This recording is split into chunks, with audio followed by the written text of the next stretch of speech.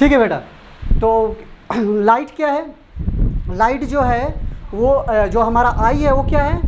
Optical instrument है। क्यों? क्योंकि वो लाइट के प्रेजेंस में काम करता है। तो इसको भी लिख लेते हैं कि अगर आई की बात करें तो any object or organ, any object or organ which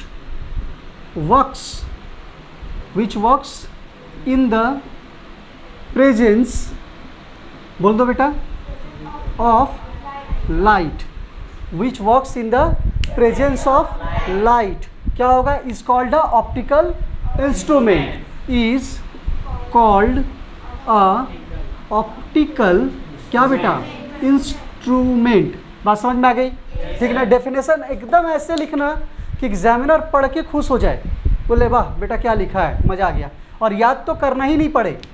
any object or organ, any object or organ which works, जो काम करता है, in the presence of light, light के प्रेजेंस में जो ऑर्गन या जो कोई ऑब्जेक्ट काम करता है उसको हम बोलते हैं ऑप्टिकल इंस्ट्रूमेंट, जो हमारा है आई, जो हमारा आई है। बात समझ में आ गई यहाँ तक?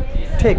दूसरी बात, लाइट के बारे में अगर बात करें तो लाइट ऑलवेज लाइट ऑलवेज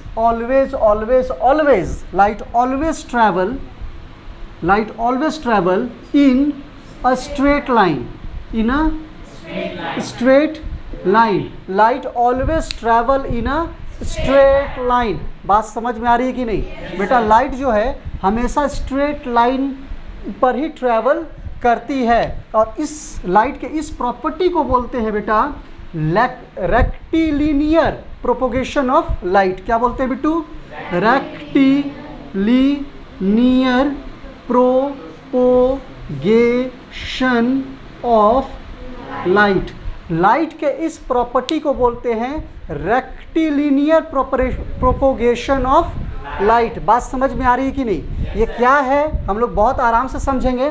फिलहाल ये एक प्रॉपर्टी है, ये जो लाइट एक स्ट्रेट लाइन में ट्रैवल करती है, ये जो लाइट की एक प्रॉपर्टी है, लाइट की खास बात है, लाइट के गुण है, इस खास बात को, लाइट के इस प्रॉपर्टी को हम बोलते हैं रेक्टिलिनियर प्रोपोगेशन ऑफ लाइट। बात समझ में आ रही है कि नहीं आ रही है?